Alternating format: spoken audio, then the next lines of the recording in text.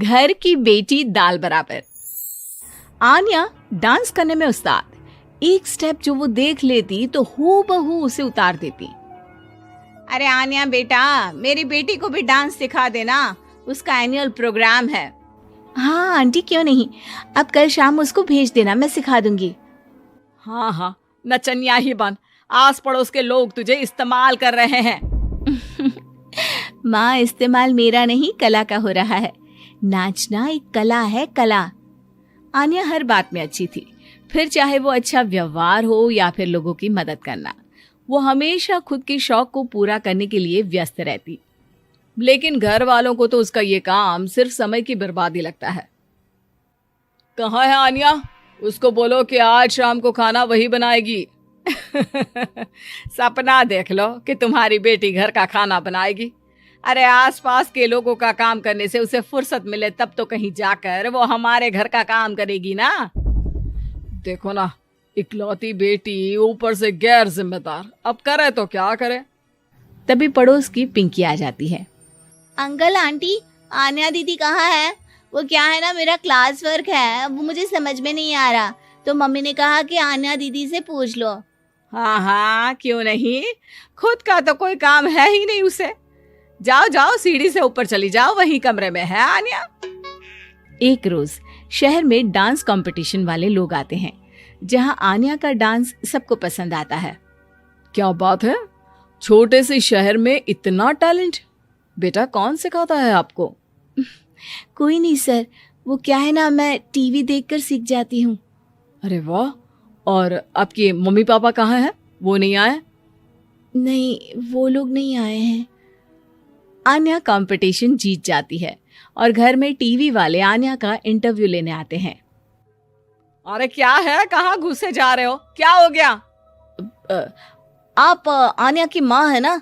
वो क्या है ना, आपकी बेटी ने डांस का कंपटीशन जीता है, हमारे शहर के लिए ये गर्व की बात है, तो हम लोग उनका इंटरव्यू लेने आए हैं। ओहो, बड़ा तीर मारा हो जैसे। अरे उसे आता ही क्या है डांस के सिवा, कुछ और करती तो शायद गर्व होता। तभी वहां आन्या आ जाती है और पत्रकारों को इंटरव्यू देती है। उसी रोज पिता के ऑफिस में। देखो तो आजकल के बच्चे कितने स्मार्ट हैं, धन्य है ऐसे बच्चों के माता पिता को। और किस्मत वाले होते हैं ऐसे माता पिता, वरना मेरी बेटी तो किसी काम की नहीं, सारा दिन बस नाच गाने में ही दिमाग लगाती रहती है। अरे वो बच्ची हमारे शहर की ही है, कितना नाम कमा रही है डांस में, हम तो उसकी बात कर रहे हैं। अच्छा, कोई डांस में भी नाम कमा सकता है?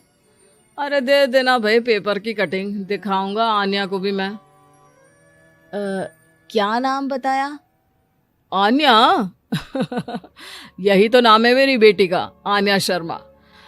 बड़े उम्मीद से रखा था कि कुछ अच्छा नाम कमाएगी, लेकिन नहीं। आजकल के बच्चों को माँ पापा की इमोशन की कदर है क्या? अरे ये देखिए, इस बच्ची का नाम भी आन्या शर्मा ही है, जो पूरे शहर का नाम रोशन कर रही है। पिता अखबार देखते हैं तो सामने बेटी की ही फोटो रहती है। लेकिन ये क्या, जिस फोटो को देखकर हर कोई गर्व कर रहा था, पिता को उस पे कुछ भी खास दिखाई नहीं देता।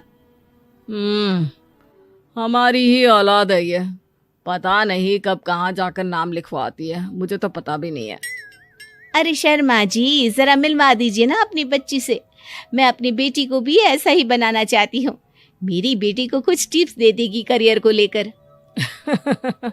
अच्छा, ये दिन आ गया आपकी बेटी के, ले आइए कभी भी, लेकिन बाद में अफसोस ना करिएगा। सभी को आन्या के पिता की बात पर हैरानी होती है कि इतनी टैलेंटेड लड़की के माता पिता आखिर उससे चाहते क्या है। पिता घर आते हैं और माँ से कहते हैं, पता है तुम्हारी लड़की क्या कर रही है, या फिर ऐसे ही व्यस्त रहोगी हमेशा? अरे पता है मुझे, पर आपको कैसे पता चला? अरे कुछ पत्रकार आए थे, पता नहीं कहाँ कौन सा कंपटीशन जीत कर आई है।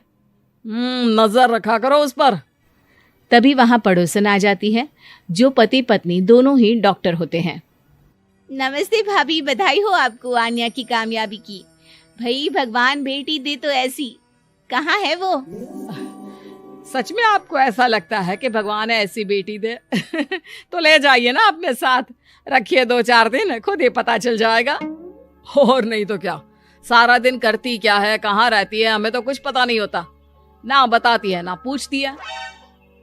खैर देखिए, वो वक्त अब गया जब माता पिता बनकर बच्चों की परवरिश की जाती थी। अब तो बच्चों को साथ बिठाकर बात करना जरूरी है। वो क्या कहते हैं, बच्चे के दोस्त बने। तो क्या आप दोनों अपनी बेटी के दोस्त हैं? हाँ, बस अब यही बाकी रह गया था। खैर बताइए, क्या काम है आपको? वो क्या है ना, मैं और मेरे पति दोनों को ही इमरजेंसी कॉल आ गई है अस्पताल से। मेरी बेटी आन्या की अच्छी दोस्त है, तो मैं क्या उसे आन्या के पास छोड़ दूं अगर वो फ्री है तो? माँ कुछ बोलती उतने में ही आन्या आ जाती है। वाह आंटी, क्यों नहीं, मैं फ्री ही हूँ, आप निश्चिंत रहिए, मैं उसका पूरा ख्याल रखूंगी। थैंक्स बेटा।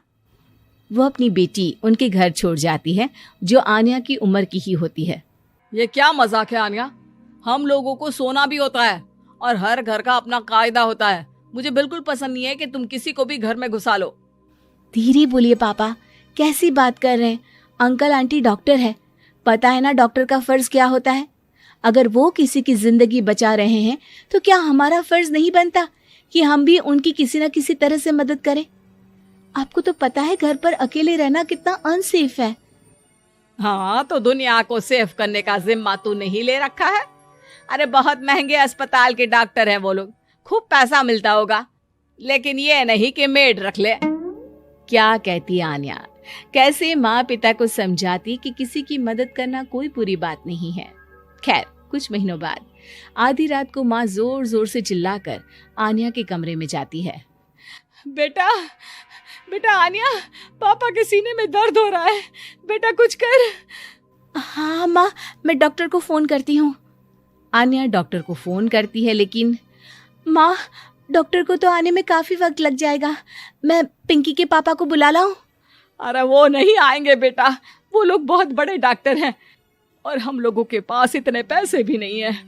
माँ, मैंने डांस कंपटीशन में जो पैसे जीते थे वो है मेरे पास, आप चिंता ना करें, बस पापा का इलाज करवा ले। आन्या के कहने पर वो बड़े डॉक्टर ना सिर्फ आन्या के पापा का इलाज करते हैं, बल्कि उन्हें ठीक करके घर भी ले आते हैं। आज मैं सिर्फ अपनी बेटी की वजह से बच गया। भगवान सबको ऐसी बेटी दे।